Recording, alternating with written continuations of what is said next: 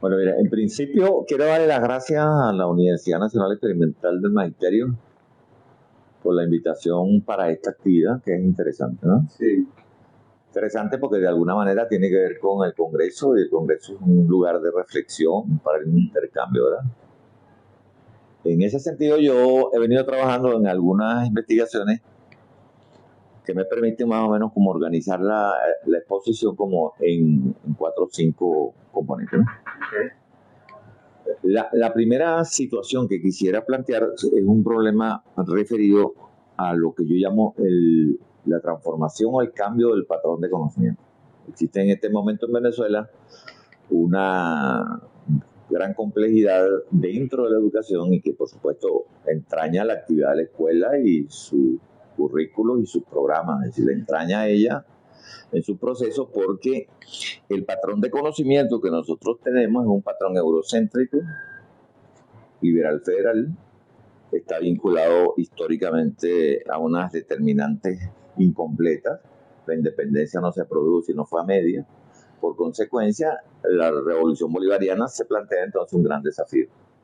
Ese primer desafío yo lo he vinculado a 5 cuestiones importantes, ¿no? Uh-huh. Una es sobre el enunciado de la ciencia, que debe producirse un enunciado de la ciencia que esté más en sintonía con el Estado social garantista que el Estado social liberal. Y eso en otra oportunidad tenemos mayor chance de explicarlo, ¿no? En segundo lugar, el problema referido a quienes participan y cómo participan dentro de la escuela o cómo participan dentro del sistema educativo. Se habla de un sistema educativo participativo, democrático, sociocrítico, heterogéneo, vinculado a las regiones. Luego entonces en la escuela tú consigues otro comportamiento que es diferente.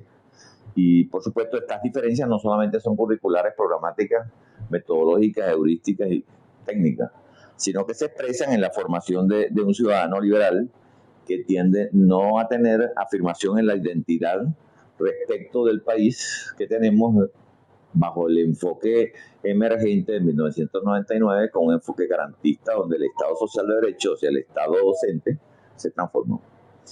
Esto hay que discutirlo, hay que analizarlo en escuela, hay que analizarlo en los que están estudiando, que son investigadores, por ejemplo, porque así como en la política han cambiado algunos parámetros y más digamos, el enfoque político más que el económico es el que está prevaleciendo, asimismo se produce entonces una transformación del patrón de conocimiento.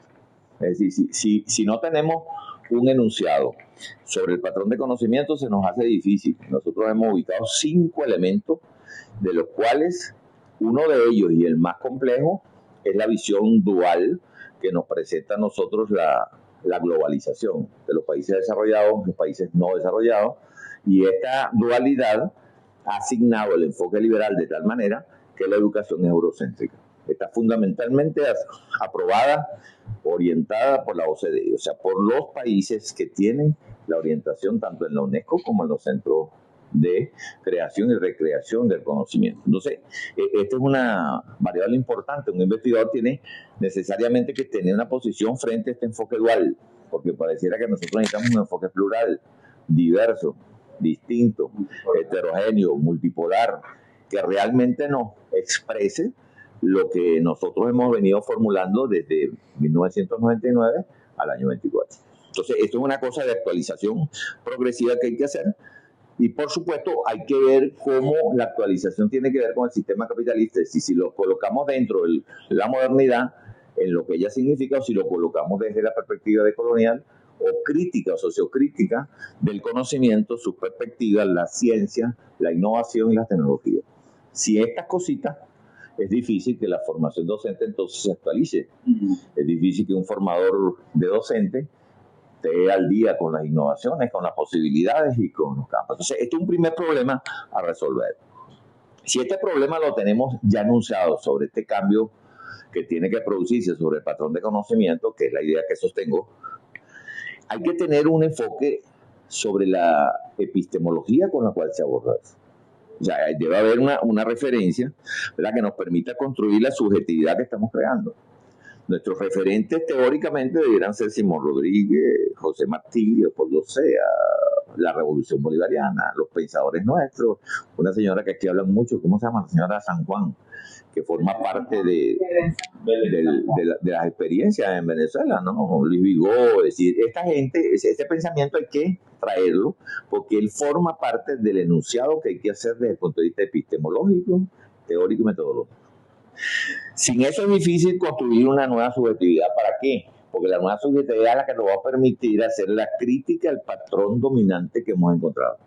Si el patrón es eurocéntrico y debiéramos tener entonces un patrón de cambio decolonial, como diría de Sousa, por ejemplo, tendríamos que buscar aquellas cosas que no son visibles, que no están claras, que no están establecidas en la interacción educativa o dentro de los procesos de, vamos a decir, de gestión del currículo, del aprendizaje y sus perspectivas, para entonces establecer cuál sería la agenda que nosotros le vamos a colocar al análisis de las necesidades epistémicas para superar el enfoque dominante de la educación y tener entonces un enfoque sostenible con una perspectiva diferente.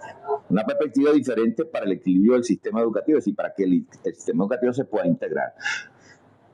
Hice referencia anteriormente que hemos hecho unas investigaciones y en ellas conseguimos unas brechas de varias perspectivas, tanto en la lengua, en la matemática, en las ciencias naturales, y conseguimos brechas. Pero esas brechas a veces nos llevan a determinados fetiches y nos dicen, bueno, es que los niños no saben hablar o es que los niños no saben escribir. Pero sin embargo, pareciera que es que los niños tienen otros códigos. Si los niños tienen otros puntos de referencia, seguramente tú también que has trabajado en la educación, que has trabajado incluso en los medios, sabes el papel y el poder que tienen los medios en la comunicación de este asunto. Si el entorno escolar y todas estas influencias deben ser analizados para ver cuál es el criterio de sostenibilidad que se tiene. Y allí hay un gran problema emergente. Un gran problema emergente, ¿por qué? Porque la centralidad del aprendizaje está colocada en el cerebro como lugar de enunciación y reflexión. Sí. Este es un elemento y es un elemento nuevo. ¿Por qué es nuevo? Bueno, es que apareció el cerebro. No. El problema es que en la relación siempre la hemos visto comunidad, escuela y familia. La escuela, familia y la comunidad. Escuela, familia, comunidad. Pero ahora tenemos también una globalidad o tenemos una magia, ¿verdad? Que tiene que ver con las comunicaciones supraterrestres, que tiene que ver con los alcances que tienen las definiciones incluso doctrinarias que están planteadas en la propia Constitución nuestra y que están dentro de la necesidad de la reflexión para ese nuevo paradigma que surge, ¿verdad? Como crítico frente al patrón de dominación que se está agotando desde el punto de vista cognitivo, desde el punto de vista afectivo, desde el punto de vista motriz, desde el punto de vista heurístico. Si es así, entonces el cerebro, ¿verdad?, tiene tres problemas. ¿Cómo aprende el cerebro? ¿Cómo los factores del aprendizaje inciden en el cerebro?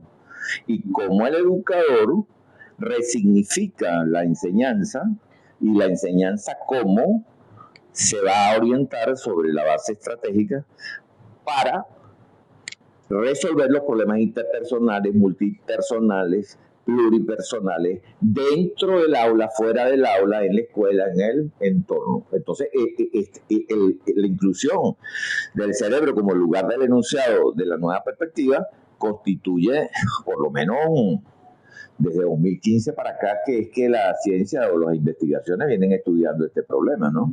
Pues eso está vinculado mucho a la emergencia del papel que tienen las imágenes, ¿verdad?, la simbología y también otro aspecto, salirse un poco del enfoque un poco medio dogmático a veces sobre la base de que el modo de producción capitalista, él reproduce el sistema, cuando el modo de producción de capitalista sí reproduce el sistema porque el sistema mundo está, pero también se reproduce, como diría Dussel, ¿verdad?, en el sistema capitalista, aquí aquellos espacios que no son visibles, que constituyen las perspectivas en las cuales emergen los conocimientos, las alternativas, las opciones diferenciales. En un marco de esa naturaleza, donde un sistema mundo cambia, sobre todo como en este momento, pues desde el punto de vista coyuntural no tengo tiempo de analizarlo, pero viene agotándose, evidentemente, que surgen nuevas realidades y constituyen estas realidades unas nuevas perspectivas para la educación. Tenemos que pasar de una educación reproductora a una educación productora, es decir, una educación que produce conocimiento. Ahora, una educación que produce conocimiento tiene que rescatar tanto la ancestralidad, los aportes civilizatorios, tiene que colocarse no solo en el modo de producción, sino en el enfoque civilizatorio de una sociedad que emergió y que tiene culturas invisibles, que no están visibilizadas, que no están estructuradas, para formar una nueva conciencia y actuar en el cerebro, incluso con un sentido regenerador en el cerebro, es decir, de protección incluso para el cerebro, porque las redes sociales están dirigiendo sus esfuerzos para disminuir las capacidades de los niños y afectar las habilidades y el desarrollo infantil, juvenil de los niños. Entonces, este es un gran problema para los formadores, para nosotros que formamos o para nosotros investigadores formadores. Vigo, por ejemplo, hablaba de que el maestro debía ser no un reproductor, sino un agitador del conocimiento. Pero hoy no solo hay que hablar de un agitador del conocimiento, hay que también hablar de un productor de conocimiento. Hay que hablar de un productor de valores, no para el mercado, sí para un proyecto país, para una civilización, es decir, para una nueva sociedad. Acá hay un desafío enorme entonces para la formación docente, porque resulta entonces que la formación docente se ha convertido desde el punto de vista neurológico, desde el punto de vista cognitivo, desde el punto de vista cognoscitivo, desde el punto de vista de la episteme, ¿verdad? Ontológicamente, en unas transformaciones. Esas transformaciones se están dando por vía de la ciencia, la innovación, las tecnologías, avances de la sociedad del conocimiento, ¿verdad? En las cuales a veces pudiéramos estar o A, en el enfoque dual. Tenemos una parte desarrollada, una avanzada. B, ciencia subsidiaria de los países desarrollados. O B, pudiéramos actuar en un enfoque en el cual nosotros decimos, bueno, vamos a completar la independencia, vamos a transformar el federalismo anterior, vamos a superar las condiciones de esto dentro del marco de la Revolución Bolivariana. Entonces, el marco de la Revolución Bolivariana es una epistemología emergente a los efectos de lo que se llama el Proyecto Nacional Educativo. El Proyecto Nacional Educativo es necesario que nosotros lo evaluemos por cuanto de la complejidad que indaga, la tiene de acuerdo con las investigaciones que hemos hecho, ¿verdad? Más o menos como en tres elementos. Y por un lado, hay que identificar los logros que se han mezclado en los estudios. En segundo lugar, describir el éxito que pudieran tener algunas aproximaciones. Hay investigaciones que se han hecho en otros países ahora a propósito de la movilidad, donde se refleja que muchos de los muchachos que se fueron a otros lugares como Chile o Argentina, otros países, donde son exitosos desde el punto de vista educativo. Es decir, a lo mejor no estamos viendo todo lo que aporta el maestro o la maestra en la escuela. Y resulta que nuestras escuelas a lo mejor son escuelas transformadoras.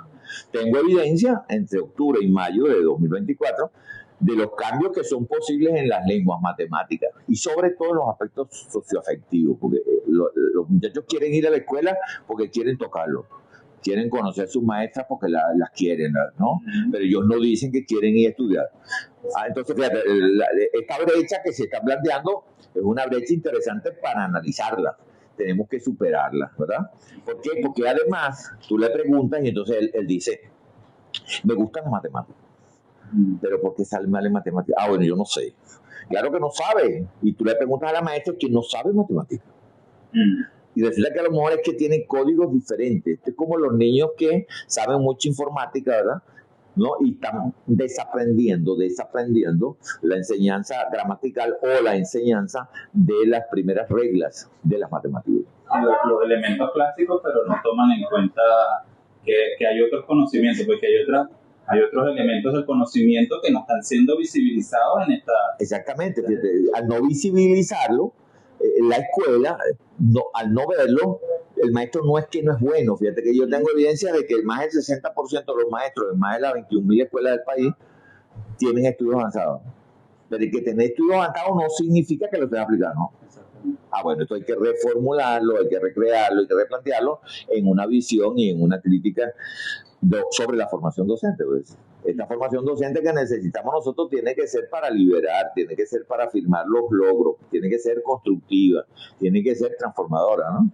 Y esto parece una tarea un poco compleja en el sentido de la profundidad interdisciplinar, transdisciplinar y sobre todo transdisciplinar, porque deberíamos ir a una complejidad de tal manera que podamos, vamos a decir, comenzar a dialogar más en la escuela, a conversar más con los actores que van a la escuela, o lo que tú señalas. No, y que tú siempre invitas a que precisamente veamos el espacio educativo como esa oportunidad para investigar. O sea, en estos nuevos paradigmas que emergen en la investigación, ya no es el objeto, ya no es el campo de estudio. O sea, ya es considerar a la persona, como lo estás conversando, del cerebro. O sea, ya es esas singularidades, esas particularidades, pero que bueno, que si el docente sigue concurriendo en una formación permanente propia, pero no se aboca a que ese conocimiento vaya al aula, investigue en el aula y desarrolle en el aula conocimiento. Lo cual significa, fíjate, que la investigación etnográfica, por ejemplo, o hermenéutica, o la investigación acción participativa, que tanto se habla acá,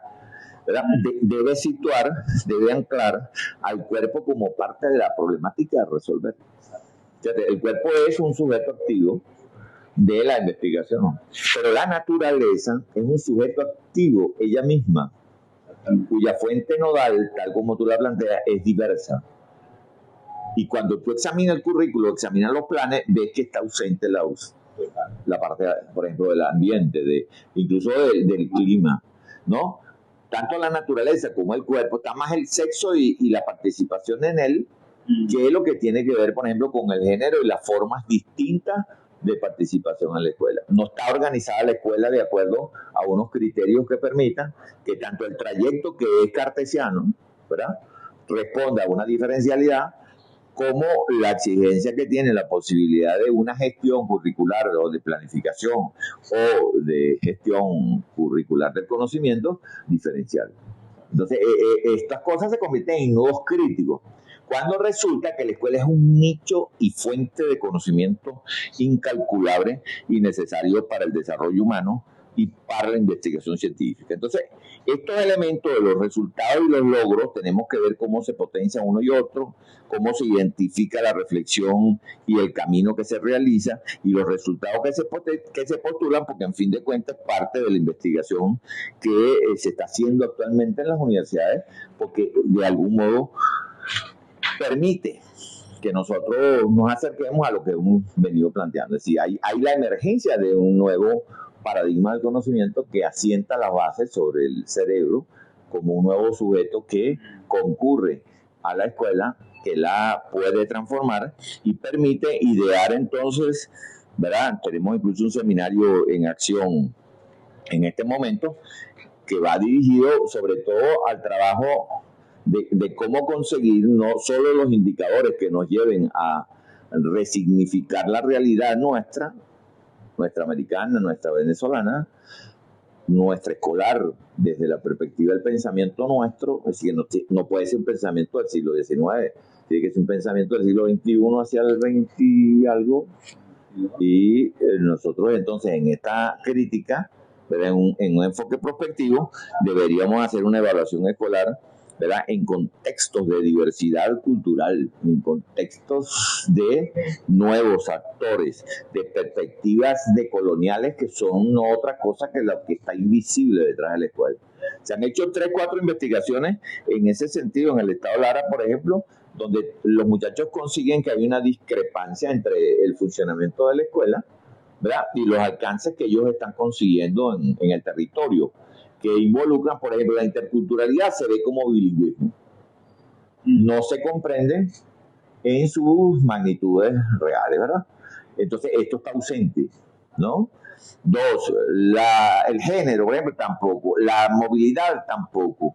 Es decir, el problema de la participación y el protagonismo tampoco. El conocimiento de las nuevas institucionalidades que emergieron entre el periodo del 99 hacia el año 24 en Venezuela como institucionales que deben ser comprendidos, resignificados y apuntalados en la escuela, están ausentes. No llegan al 2% de la significación en ese sentido.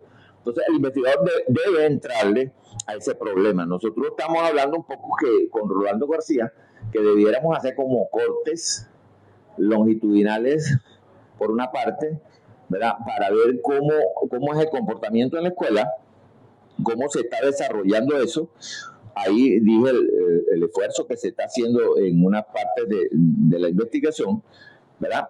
Y también, un poco para concluir, ¿verdad?, darle como como el sentido explicativo, comparativo, analítico, crítico a lo que es la educación bolivariana. Si está emergiendo, entonces, un planteamiento intercultural, ¿verdad?, interdisciplinar o multidisciplinar o transcomplejo multidisciplinar, diverso y aplicado.